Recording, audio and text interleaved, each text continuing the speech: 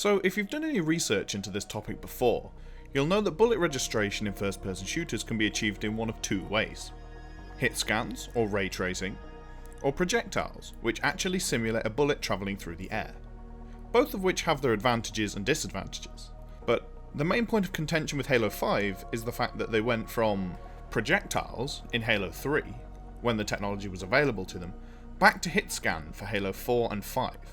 A lot of people in the community dislike this because it means that the art of leading your shots is now no longer needed, as all bullets act like lasers, travelling instantaneously to their target. Halo 1 and Halo 2 both used hit scan for bullet registration. This was easier to do on older hardware where the processing power was limited. But Halo 3, which moved to projectiles for bullet registration rather than hit scan, is still widely regarded as one of the best entries in the series. To help people get their heads around the difference between hit scan and projectile bullet registration, I've created a small mock-up in Unreal Engine 4 that will help demonstrate. So, as you can see in this test environment, we have a battle rifle, the main weapon of choice in Halo 3. This battle rifle can be fired in one of two ways: ray trace mode, like how it was in Halo 2, Halo 4 and Halo 5, and in projectile mode, the way it was fired in Halo 3. As you can see, when fired in ray trace mode, the bullets hit the wall instantaneously, requiring no lag compensation on the server side, resulting in a much smoother multiplayer experience, but not requiring a player to lead their shots, which can be an issue for some players who have grown up playing Halo 3. Whilst in projectile mode, there is a small delay between the shot being fired and the shot hitting its target due to the projectile physically travelling through the air. This requires some amount of lag compensation on the server side, which can cause an issue when people's connections are not similar.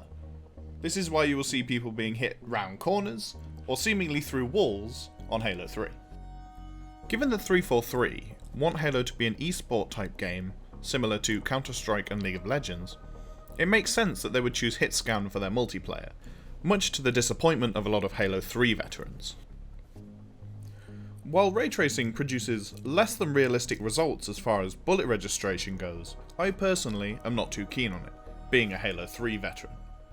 This may be my vision being clouded by the joy and nostalgia of Halo 3, but I also find that realistic bullet registration that can be found with projectile bullet registration adds a little more skill to the game, as there's an element of judging distance required and leading your shots appropriately. All in all, I'd like to see 343 adopt projectile bullet registration rather than hit scan registration for Halo 6, mainly because I feel an element of skill has been lost between Halo 3 and Halo 5. While the game has gotten more complex in terms of its movement mechanics, I feel like the core component of a shooter, the shooting, has been dumbed down to a point where it's not the main focus of the gameplay anymore. In Halo 5, at least to me, shooting seems to have taken a backseat. At least, the complexity of the shooting mechanics seem to have taken a backseat. We're seeing games with a lot more complex shooting mechanics like Battlefield with bullet drop, and Overwatch with guns that do multiple things. Think Widowmaker's machine gun sniper rifle.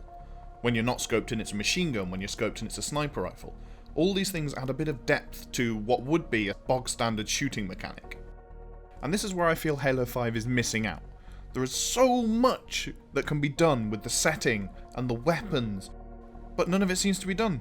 It seems to be the same guns. There's a 3-round burst, there's a semi-auto, there's an automatic, there's a sniper rifle, there's a rocket launcher. Sure, they've added a few cool new weapons like the Hydra launcher, but none of it's really groundbreaking. None of it pushes the boundaries of what a first-person shooter can do. And that, to me, is what Halo has always been about. Thank you very much for watching, and if you have any comments or criticisms, please leave them in the comment section below. This is my first attempt at a commentary, a proper commentary, so if you've got any constructive criticism or feedback on how to improve my commentary, I'd love to hear it. Again, thank you very much for watching, and stay classy.